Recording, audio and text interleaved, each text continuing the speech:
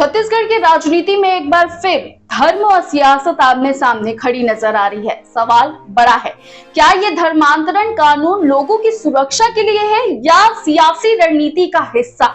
दरअसल भारतीय जनता पार्टी की सरकार ने विधानसभा में छत्तीसगढ़ धर्म स्वातंत्र विधेयक 2026 पेश किया।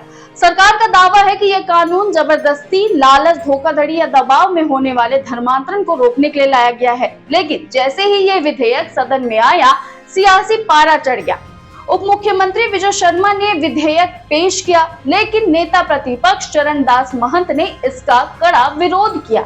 उनका कहना है कि देश के 11 राज्यों में ऐसे कानून पहले से ही सुप्रीम कोर्ट ऑफ इंडिया में विचाराधीन है। ऐसे में जल्दबाजी क्या है? कांग्रेस ने इसे प्रवर समिति को भेजने की मांग की, लेकिन जब मांग ठुकरा दी गई तो सदन ने वॉकआउट कर दिया।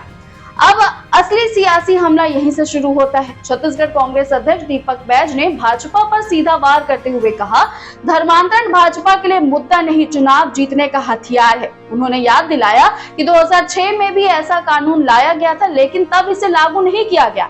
सवाल उठता है, 20 साल तक खामोशी क्यों और अब अचानक इतनी सक्रियता क्यों आई है?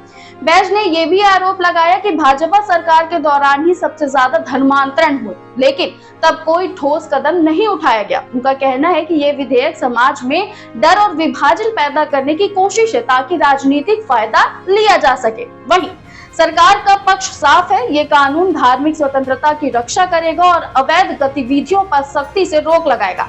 प्रस्तावित कानून के तहत अवैध धर्मांतरण को संज्ञेय और गैर जमानती अपराध बनाया गया है, जिसमें 7 साल से लेकर आजीवन कारावास तक की सजा का प्रावधान है। अब सवाल सिर्फ कानून का नहीं, नियत और टाइमिंग का है। क्या ये वाकई लोगों की सुरक्षा के लिए है या फिर चुनावी रणनीति का हिस्सा?